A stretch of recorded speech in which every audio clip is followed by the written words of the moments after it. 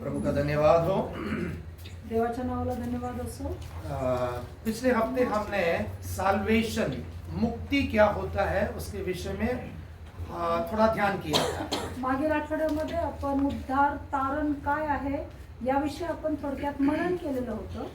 जैसे मैंने पिछले हफ्ते कहा था, हम लोग मुक्ति या साल्वेशन कहते हैं, पर वो कितना गंभीर विषय है, वो कितना आशीषित विषय, हमें से अधिकांश लोग अभी भी उससे अपरिचित हैं। आणि आपण तारण प्राप्ती या विषयावर चर्चा करतो, परंतु तो किती गंभीर विषय आहे किंवा त्याच्यामध्ये असणारं रहस्य किती मोठं आहे हे आपल्याला समजत नाही। जब तक हमारे जीवन में वो मुक्ति कितना बहुमूल्य है ये समझ नहीं आएगी, तब तक हमारा आत्मिक जीवन भी एक लापरवाह आत्मिक जीवन रहेगा। जोपर्यंत आपल्या जीवनामध्ये आपल्याला तारणाचं महत्त्व समजत नाही, तोपर्यंत आपलं आत्मिक जीवन हे एक बेपरवाह करणारं जीवन राहील। इस हफ्ते मैंने इब्रानियों में से एक वचन बताया था, जिसमें वो उद्धार आम उद्धार नहीं, बहुत बड़ा उद्धार एक कर कहा गया है। मागील आठवड्यामध्ये मी इब्रियकास पत्रामधून एक वचन सांगितलं होतं, ते तारण आणि ते महान तारण याविषयी मी बोललो होतो। इब्रानियों की पत्री दूसरे अध्याय के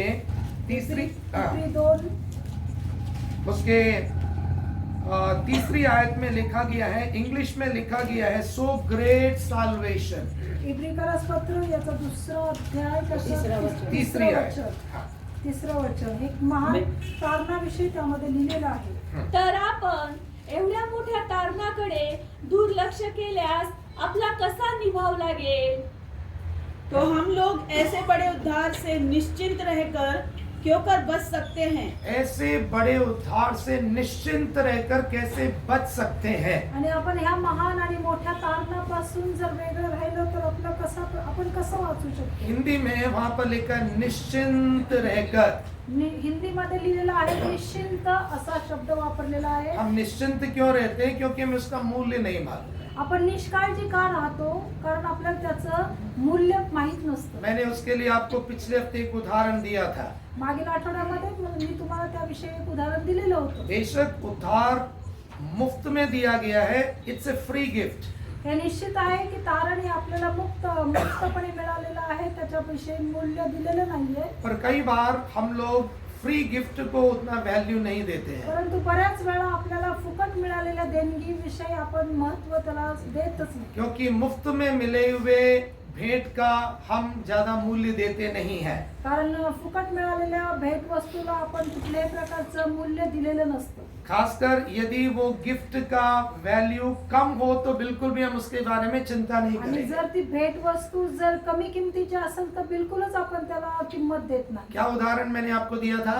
उदाहरण काय सांगितलं होतं मी मागील आठवड्यामध्ये? एक 10 रुपए का पेन, एक 10 रुपयाचा पेन और बहुमूल्य हीरा। आणि मौल्यवान असा हिरा।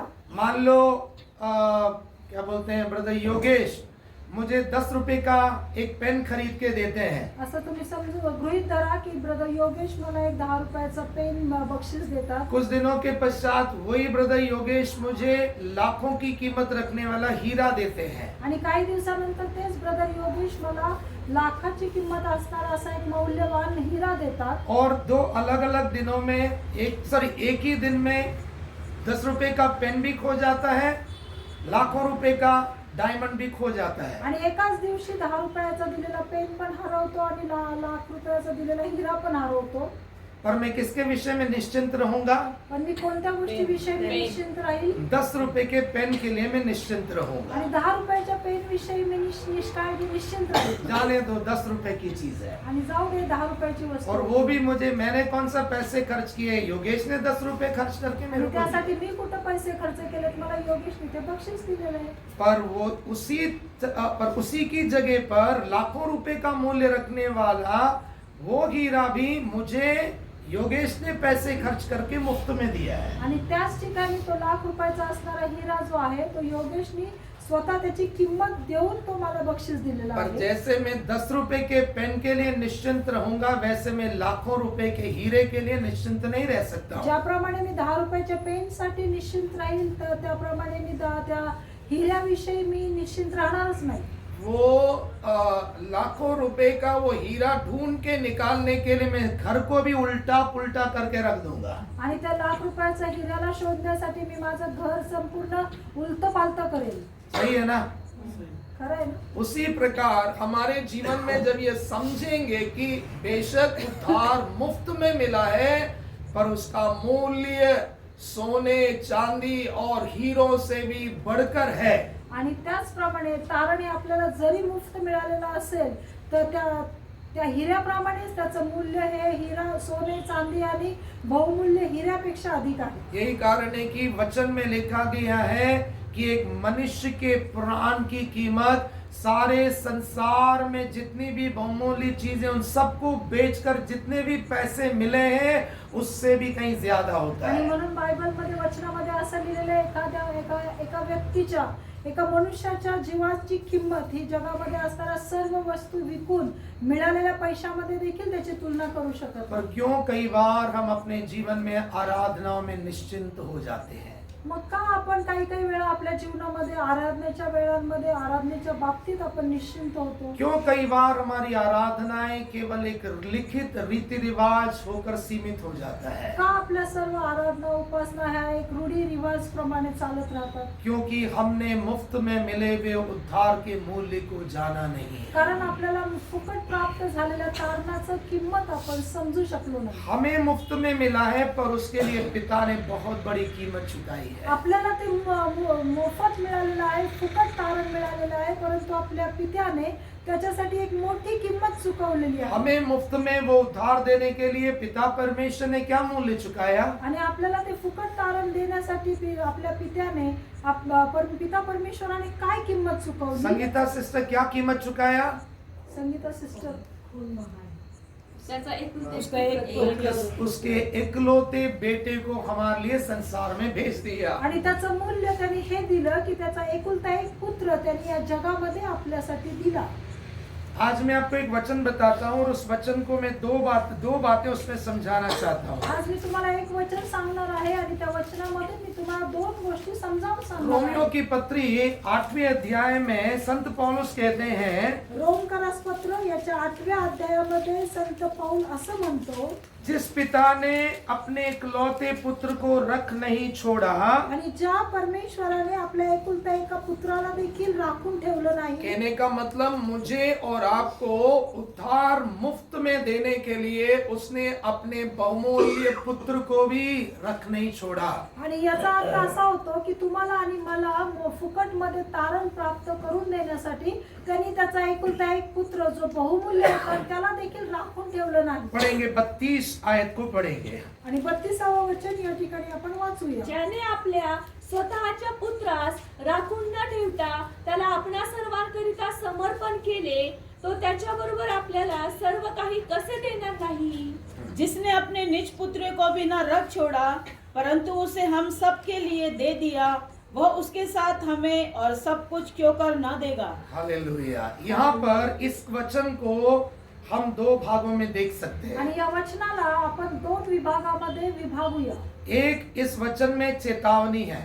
आणि एक म्हणजे या वचनामध्ये तुम्हाला दिलेली एक चेतावनी आहे. दूसरा, इस वचन में हमें उत्तेजना या हमें आनंद देने वाली बात है. आणि दुसरं या वचनामध्ये आपल्याला प्रेरणा देणारी किंवा आपल्याला आनंद देणारी गोष्ट आहे. आनंद देने वाली बात क्या है? आनंद देणारी गोष्ट काय आहे? जिस पिता परमेश्वर ने स्वर्ग में उसके साथ रहने वाले अपने इकलौते पुत्र को भी रख नहीं छोड़ा, मेरे लिए और आपके लिए दे दिया. आनंदाची गोष्ट काय आहे? आपल्या पिता परमेश्वराने त्याचा एकुलता एक पुत्र जो स्वर्गामध्ये होता त्याला देखील आपल्यासाठी त्यांनी राखून ठेवलं नाही, तर आपल्याला त्यांनी दिलं. मैं और आप उस पुत्र प्रभु यीशु मसीह के मूल्य को कितना जानते हैं मुझे नहीं मालूम है. मी आणि तुम्ही प्रभू येशू ख्रिस्ताचं मूल्य किती जाणतो हे मला ठाऊक नाही, पर पिता के लिए वो पुत्र अत्यधिक मूल्यवान है. परंतु पित्यासाठी त्याचा पुत्र हा बहुमूल्य होता.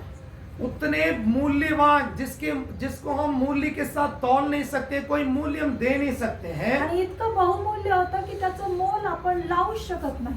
उतने मूल्यवान को यदि दे सकता है आणि तो इतकं बहुमूल्य तो देऊ शकत असेल तर इस संसार में उसके लिए यीशु से बढ़कर कुछ भी मूल्यवान नहीं है। इसका मतलब है यदि मूल्यवान यीशु को दे सकता है तो वो हमारे लिए सब कुछ दे सकता है। आणि त्या बहुमूल्य प्रभू येशू ख्रिस्ताला जर तो आपल्यासाठी देऊ शकतो तर त्याचा अर्थ हे आहे तो आपल्याला सर्व काही देऊ शकतो। ये आनंद का विषय है।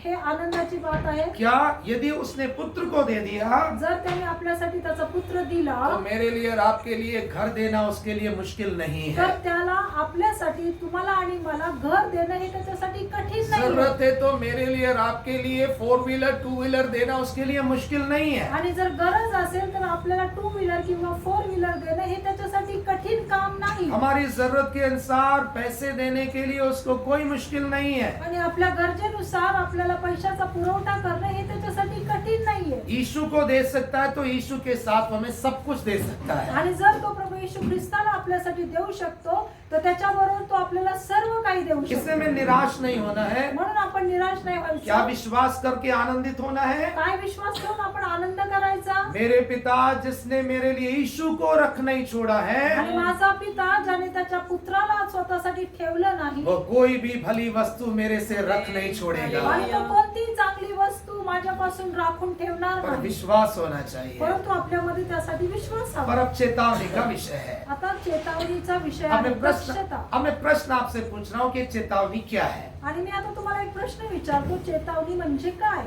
क्या चेतावनी है। काय चेतावणी आहे।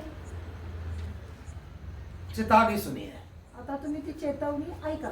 जब प्रभु यीशु मसीह ने सारे मानव जाति के पापों को अपने ऊपर ले लिया जेव्हा प्रभू येशू ख्रिस्ताने सर्व मानव जातीचं पाप स्वतःवर घेतलं पिता ने ये समझकर कि ये मेरा पुत्र है उसको बख्शा नहीं है। आणि पित्याने हा माझा एकुलता एक पुत्र आहे म्हणून त्याला त्यांनी सोडलं नाही। उस पुत्र ने जब सारे मानव जाति के पापों को अपने ऊपर उठा लिया आणि जेव्हा पुत्राने सर्व मानव जातीचं पाप आपल्यावर उचलून घेतलं वो परमेश्वर जो बुराई जिसकी आंखें इतनी पवित्र है कि वो बुराई नहीं देख सकता है तो परमेश्वर ज्याचे नेत्र इतके पवित्र आहे की तो दुष्टपणा पाहू शकत नाही। वचन कहता है कि पिता ने यीशु को क्रूस के लिए समर्पित किया। उतना ही नहीं क्रूस पर जब लटका था तो पिता ने अपना मुंह ही यीशु से मोड़ लिया था। आणि वचनामध्ये असं सांगितलेलं आहे पित्याने आपला प्रभू येशू ख्रिस्त याला फक्त वधस्तंभावर दिलं एवढंच नाही तर त्या वेळेला त्यांनी त्याचं तोंड त्याच्यापासून फिरवलं। और उसी वक्त यीशु ने क्रूस पर से चिल्लाकर कहा था हे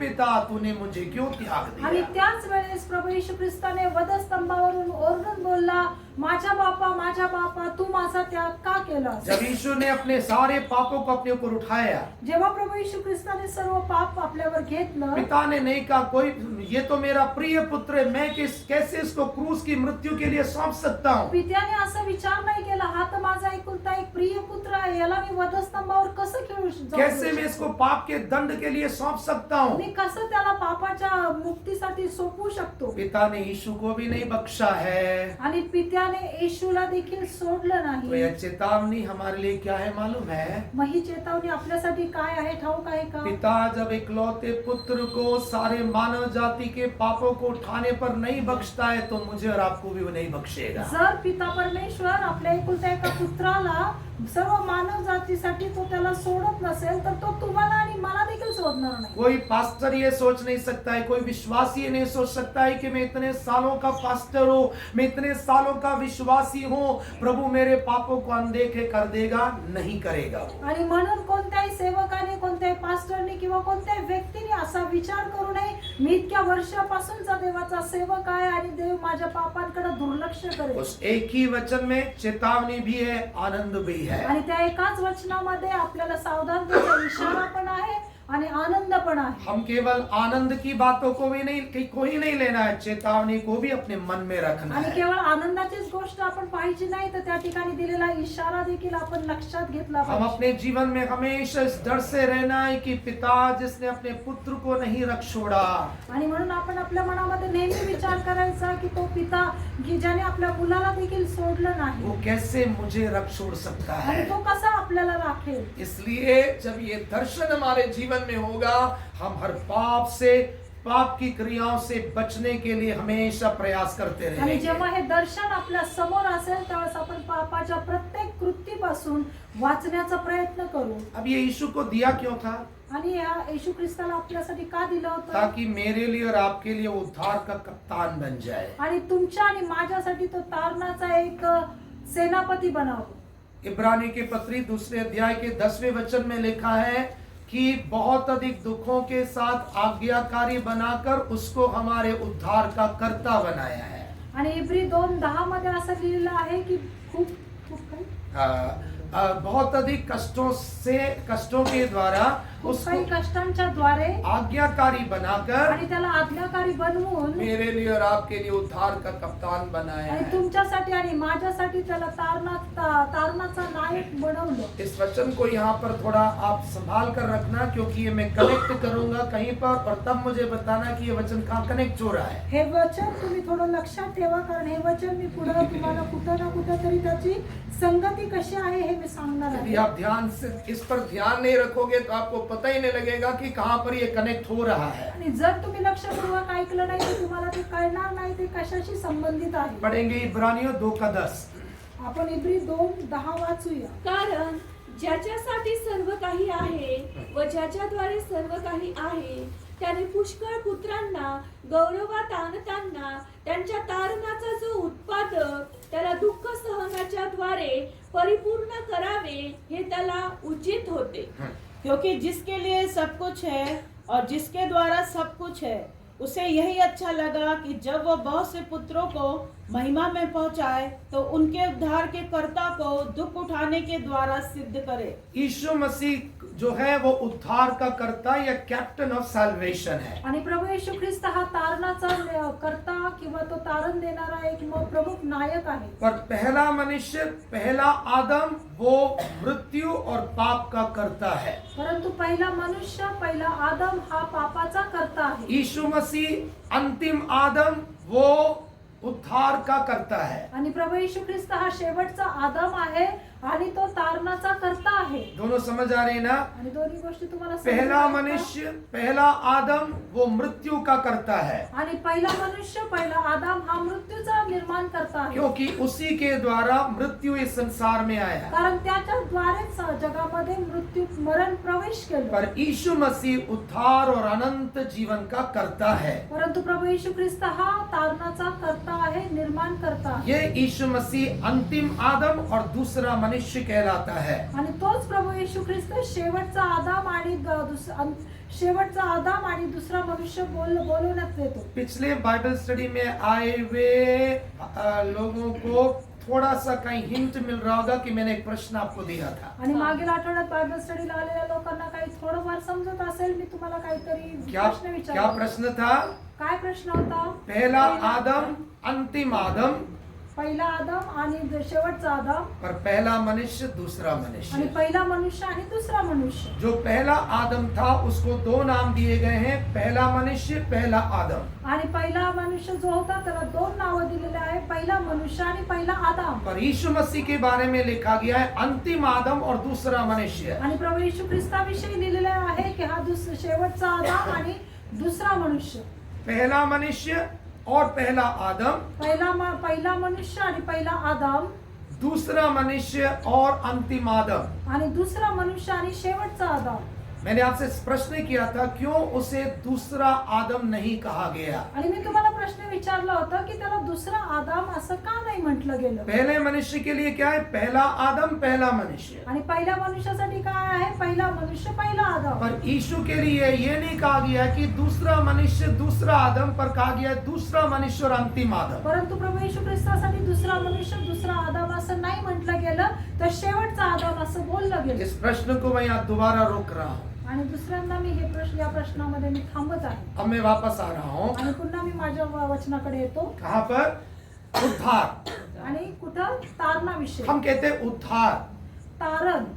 ये उद्धार की शुरुआत कैसी होती है? आणि कहाँ या पे होती है? तारणाची सुरुवात कुठं आणि कशी झाली? उद्धार की शुरुआत कन्विक्शन से होती है, कहने का मतलब पाप का बोध। आणि तारणाची उद्धार की शुरुआत तारणाची प्रचिती म्हणजे तारणाची सुरुवात. हाँ, वो उद्धार की शुरुआत कहाँ होती है? आणि तारणाची सुरुवात कोठे होती?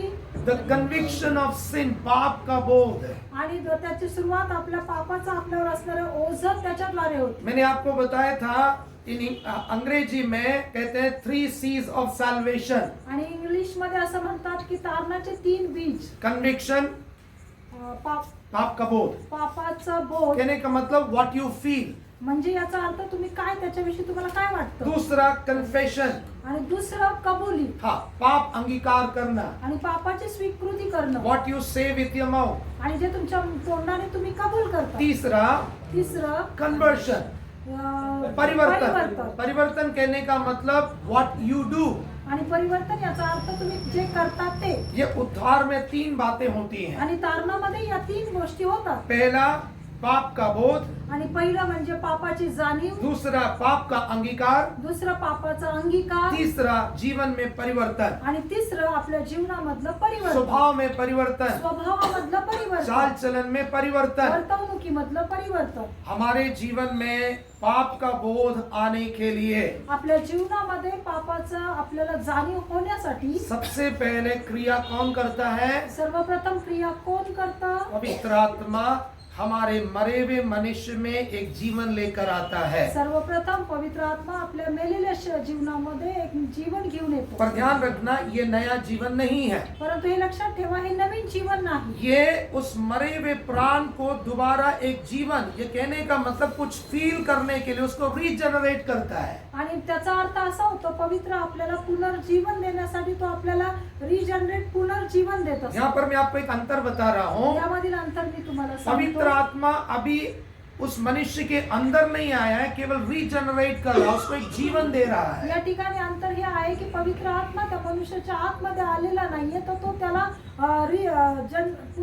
पुनर्स्थापित करत आहे. क्योंकि जब तक प्राण में जीवन नहीं आएगा तो वो क्या फील कर सकता है? कारण जोपर्यंत आपल्या प्राणामध्ये जीव येत नाही तोपर्यंत त्याला काय जाणीव होणार? मरा हुआ मनुष्य कुछ फील करेगा क्या? मेलेला मनुष्य काय त्याला समजू शकतं का? नहीं कर सकता है. त्याला काहीच उसको समजणार आप नाही. मारो, उसको आप कुछ भी करो, उसको कुछ फील नहीं होगा. आणि त्याला तुम्ही मारा, त्याला काही करा, त्याला काहीच वाटणार नाही. इसलिए पवित्र आत्मा क्या करता है? म्हणून पवित्र आत्मा काय करतो? उस मरे हुए प्राण के अंदर एक जीवन लेकर आता है. आणि म्हणून त्या मेलेल्या प्राणामध्ये तो एक जीवन घेऊन येतो. मैं आपको 2 उदाहरण बाइबल में से दे रहा हूँ. मी तुम्हाला 2 उदाहरणं बायबल मधून देतो. लाजर जब मरकर कब्र में पड़ा था, लाजर जेव्हा मरून कबरेमध्ये पडलेला प्रभु होता यीशु मसीह ने कहा लाजर बाहर आ. आणि प्रभू येशू ख्रिस्त त्या ठिकाणी म्हणाला, लाजरा बाहेर ये. प्रभु यीशु मसीह के मुंह से निकला हुआ वो शब्द जो है वो मात्र शब्द नहीं था, वो आत्मा था.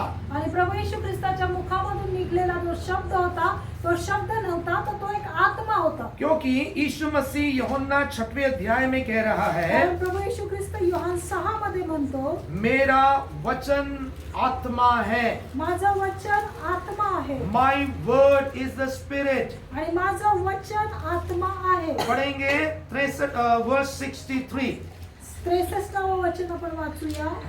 आत्मा हा जिवंत करणारा आहे, देहापासून काही लाभ नाही. मी जी वचने तुम्हाला सांगितली आहेत ती आत्मा व जीवन अशी आहे. हाँ.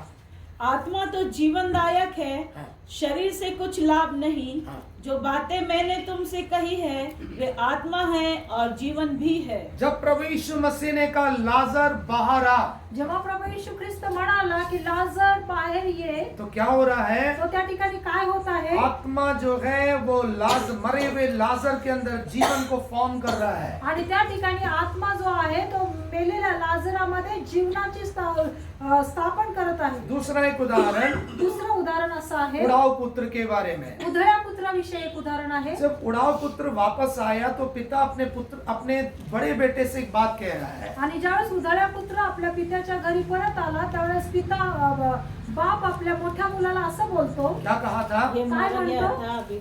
मेरा बेटा मर गया था, अब वो जीवित मुझे मिल गया है। माझा मुलगा मेलेला होता, तो आता पुन्हा जिवंत असा मला प्राप्त होत आहे. पर वो जीवित कब वापस आया? परंतु तो जिवंत असा परत केव्हा आला? उसके जीवन में सबसे पहले पाप का बोध आया था। आणि सर्वप्रथम त्याच्या जीवनामध्ये त्यांनी केलेल्या पापाचा त्याला बोध झाला, जाणीव झाली. वो पाप का बोध कब आया था? आणि त्या पापाची जाणीव त्याला केव्हा कळाली? जब उसने कहा कि मेरे पिता के घर में तो बहुत सारे दास लोग ऐसे खाते हैं, मैं यहाँ पर ऐसे मर रहा हूँ। आणि जेव्हा त्याला या गोष्टीची जाणीव झाली की माझ्या पित्याच्या घरामध्ये कितीतरी सेवक लोक असेच खात आहेत, पित आहेत, आणि मी या ठिकाणी काय करत आहे? पाप का बोध आया, आणि पापाची त्याला जाणीव झाली. फिर अंगीकार कर रहा है। मग नंतर त्याने त्याचा स्वीकार केला, क्या बोलता अंगीकार है? केला. मैं अपने पिता के घर जाकर बोलूंगा, आणि तो त्या ठिकाणी म्हणत आहे की मी माझ्या बापाच्या घरी जाऊन हे बोलेल, पिता, मैंने तेरे विरोध और स्वर्ग के विरोध में पाप किया है। हे पित्या, मी तुझ्या विरोधामध्ये आणि स्वर्गाच्या विरोधामध्ये पाप केलेला आहे. कन्विक्शन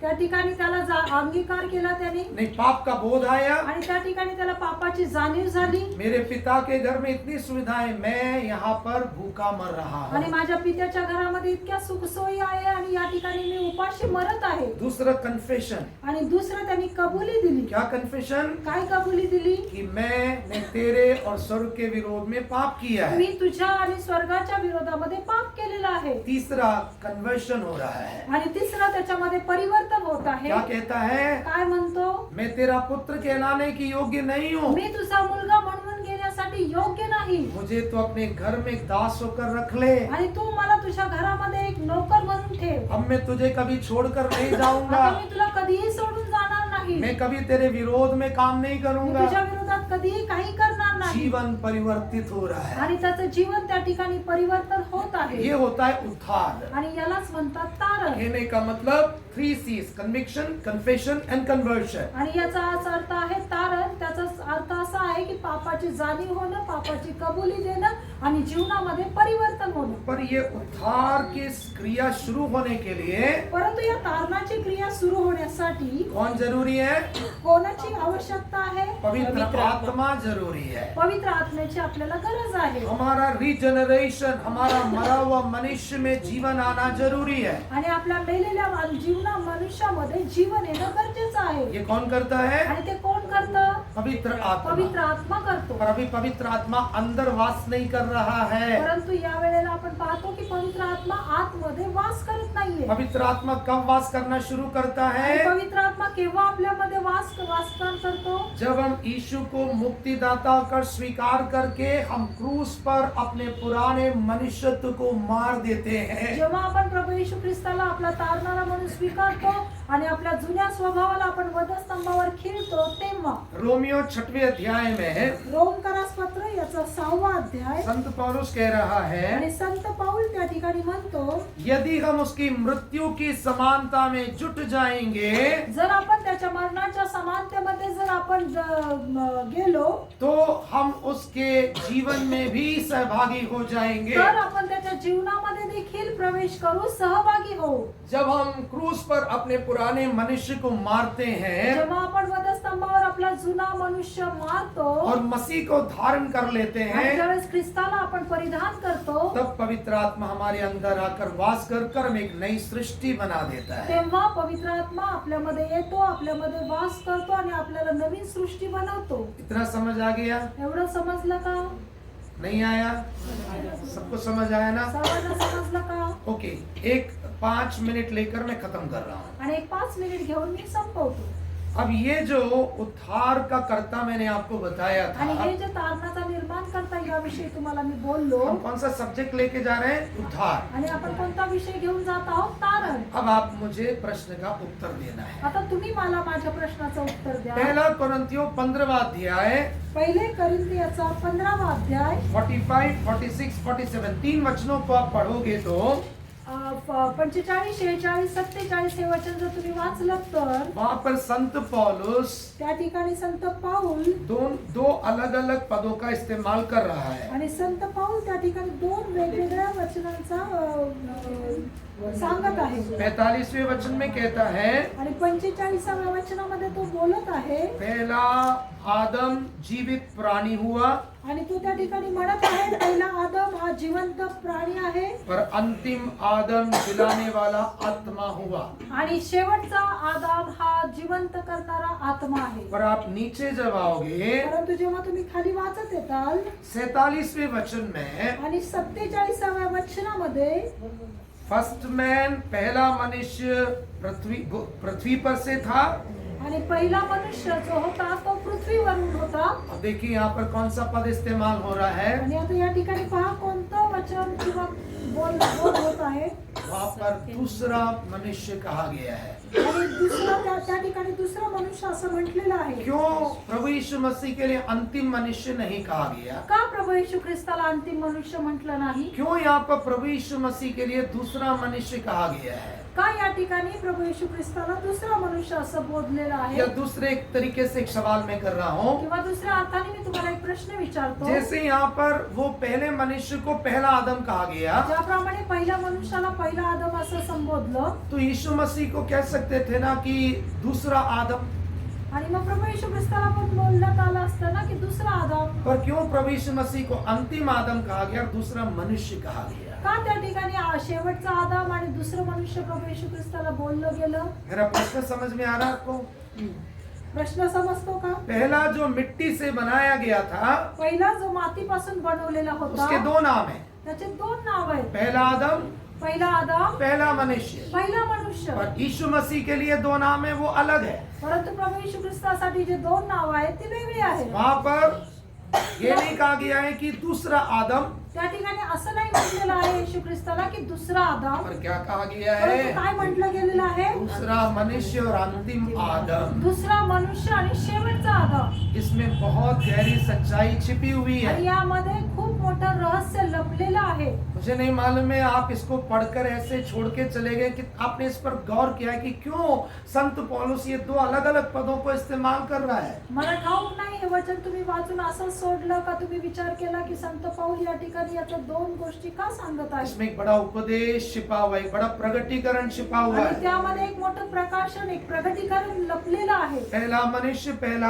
आदम, पहिला मनुष्य पहिला आदम और दूसरा मनुष्य अंतिम आदम। आणि दुसरा मनुष्य शेवटचा आदम। आज एक और हफ्ते का समय आपको दिया जा रहा है। आज तुम्हाला पुन्हा एकदा एक आठवड्याची वेळ इस देण्यात येत प्रश्न आहे पर दोबारा गौर करना आणि या प्रश्नावर तुम्ही पुन्हा विचार करा और अगले हफ्ते इस प्रश्न का थोड़ा बहुत उत्तर लेकर आना। आणि पुढील आठवड्यामध्ये येताना या प्रश्नाचं थोडंसं उत्तर घेऊन या। ठीक है, अगले हफ्ते दें। आप हल्का सा देना चाहते हैं, दे दीजिए। जो पहिला आदम था हम्म।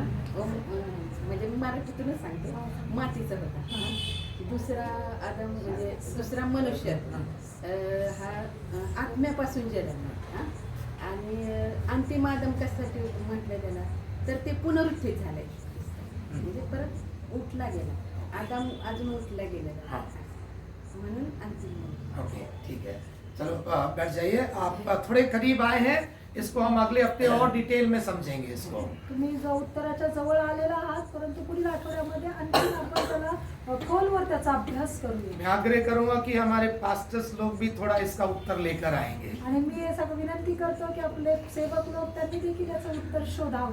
ताकि हम ये कोई कंपटीशन नहीं, एग्जाम नहीं है ये। आणि हे कुठल्याही प्रकारची स्पर्धा किंवा परीक्षा नाही, हम सब एक परिवार है, आपण एक कुटुंब आहोत। इसमें हम प्रश्न उत्तर कर सकते हैं, सीख सकते हैं। आणि यामध्ये आपण प्रश्न उत्तर करू शकतो आणि यामधून आपण शिकू शकतो। कोई बड़ा नहीं, कोई छोटा नहीं है। कोणी मोठं नाही, कोणी छोटं नाही। जैसे सिस्टर सुषमा ने जवाब दिया, उससे मैं भी कुछ आगे सोचूंगा कि इसका क्या है। आणि ज्याप्रमाणे सिस्टर सुषमा यांनी उत्तर दिलं त्यामधून मी देखील विचार करेल की याच्यामध्ये आणखीन काय पर आहे। मैं क्या आग्रह करता हूँ, परंतु मी काय तुमच्याकडून अपेक्षित हो, हम अपने जीवन में केवल आशीष, संगाई, इन सब बातों के बारे में प्रचार सुनना पसंद ना करते हुए आपण फक्त आरोग्य, आशीर्वाद या विषयीच फक्त आपण उपदेश ऐकावं एवढंच नाही तर संत पौलुस ने ये लिखा है तो कुछ उद्देश्य से लिखा होगा ना। आणि संत पाऊल यांनी जे लिहिलेलं आहे त्याच्या पाठीमागे काहीतरी त्याची उद्देश असेल। परमेश्वर का आत्मा चाहता है कि इन बातों को हम सीखें। आणि परमेश्वराची इच्छा आहे की आपण ह्या गोष्टी शिकाव्या। यदि प्रभु का आत्मा नहीं चाहता कि हम ये नहीं सीखना, तो इतनी बड़ी पुस्तकें लिखने की जरूरत नहीं थी। आणि जर परमेश्वराच्या आत्म्याला असं वाटत नव्हतं की आपण नाही शिकावं तर एवढी मोठी पुस्तकं लिहिली गेली नसती। पूरे बाइबल में केवल चंगाई, आशीष के बारे में लिख के खत्म कर देते हो। आणि मग संपूर्ण बायबल मध्ये त्यांनी त्यावेळेस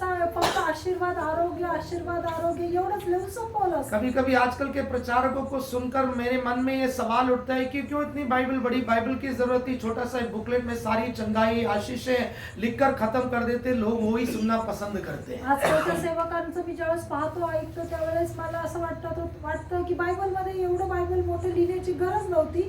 ते एक छोटंसं पुस्तक फक्त आरोग्याविषयी त्याच्यात दाखले देऊन संपवलं असतं तरी चाललं असतं. अगले हफ्ते आप इस प्रश्न के उत्तर को कैसे भी जितना आता है प्रभु की आत्मा से पूछकर इसका उत्तर लेकर आणि आएंगे. पुढील आठवड्यामध्ये येताना तुम्ही देवाच्या आत्म्याला विचारून या प्रश्नाचं उत्तर घेऊन यावं अशी हमें- माझी अपेक्षा आहे. हमें प्रभु ने क्या दिया है? आपल्याला परमेश्वराने काय दिलेलं आहे? बड़ा उद्धार दिया है. आणि मोठं तारण दिलेलं बहुत आहे. बड़ा उद्धार दिया है. खूप मोठं तारण त्याने आपल्याला दिलेलं उस आहे. उद्धार का इस संसार में कोई भी मनुष्य कोई मूल्य नहीं चुका सकता आणि है. त्या तारणाचं मूल्य कोणी देखील त्या ठिकाणी चुकवू शकत नाही. परमेश्वर को मालूम था कि कोई मनुष्य उस मूल्य को नहीं चुका सकता, इसलिए उसने स्वयं उसका मूल्य चुकाया, अपने बेटे को मेरे लिए और आपके लिए मूल्य के तौर पर दे दिया है. आणि परमेश्वराला ठाऊक होतं की या जगामध्ये कोणी देखील त्याचं मोल देऊ शकत नाही, म्हणून त्यांनी त्याचा एकुलता एक पुत्र पाठवून ते आपल्यासाठी मौल्यवान असं त्यांनी सादर केलं. हमने गीत गाया था ना, क्या था वो गीत?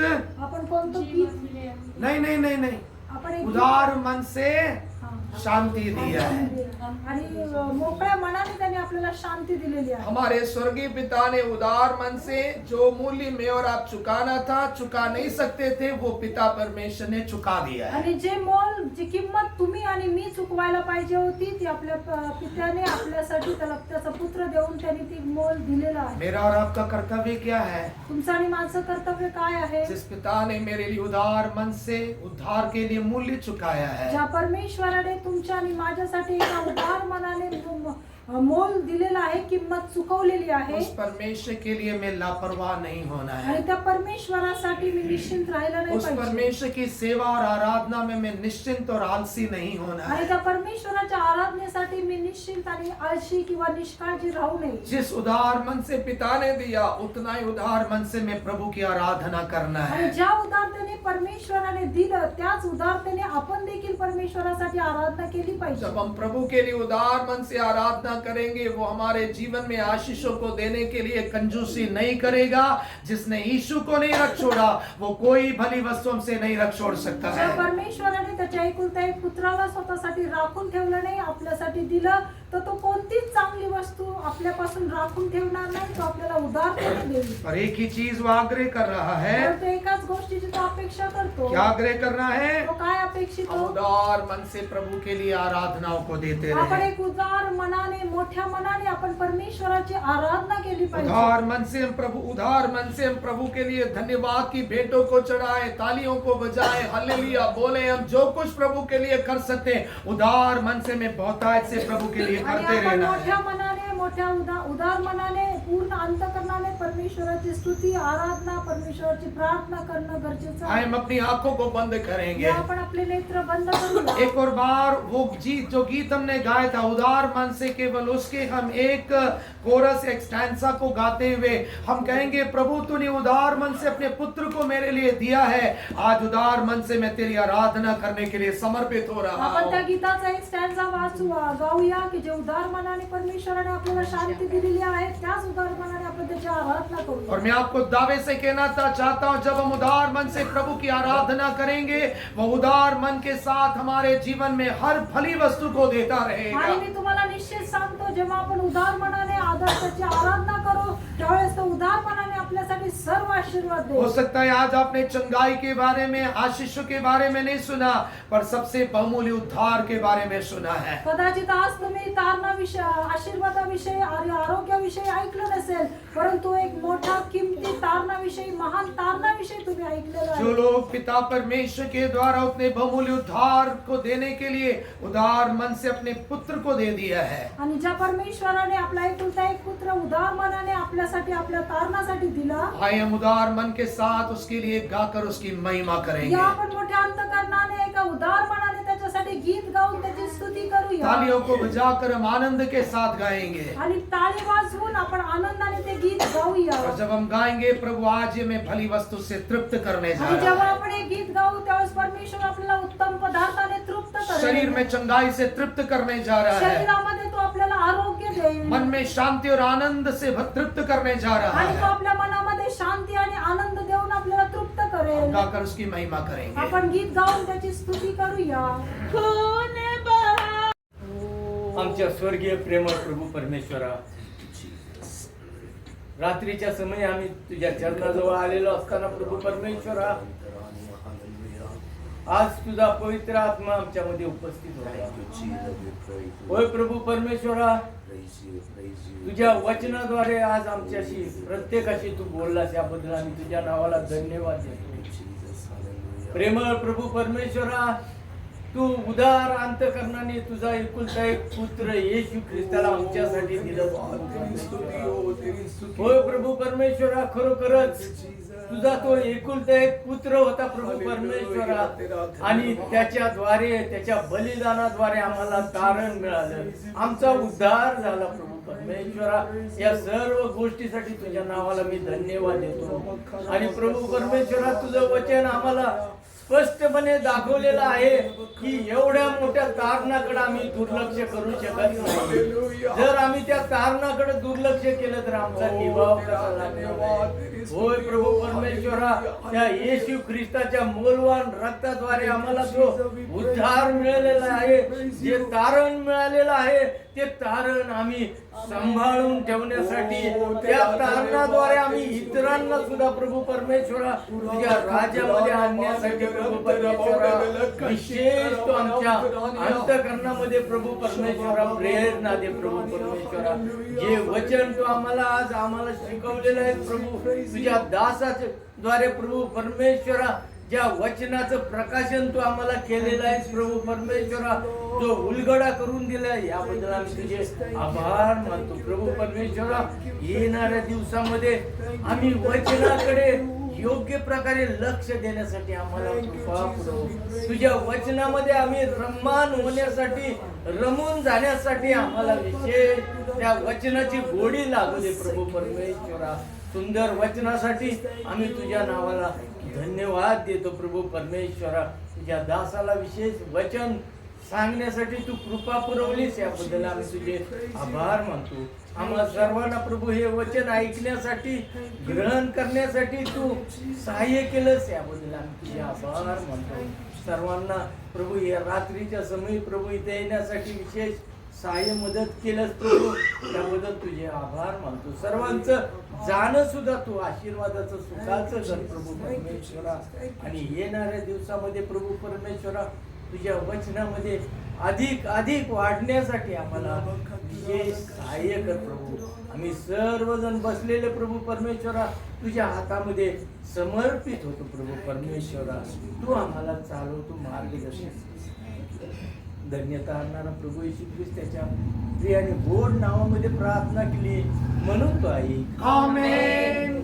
आता शांतीचा तो पिता परमेश्वर, मेंढराचा मान, मेंढपाळ प्रभू येशू ख्रिस्ताची कृपा आणि पवित्र आत्म्याची सहभागिता इथं आम्ही जमलेल्या प्रत्येक लहान थोरासोबत आता आम्ही सदा सर्व काळ राहू।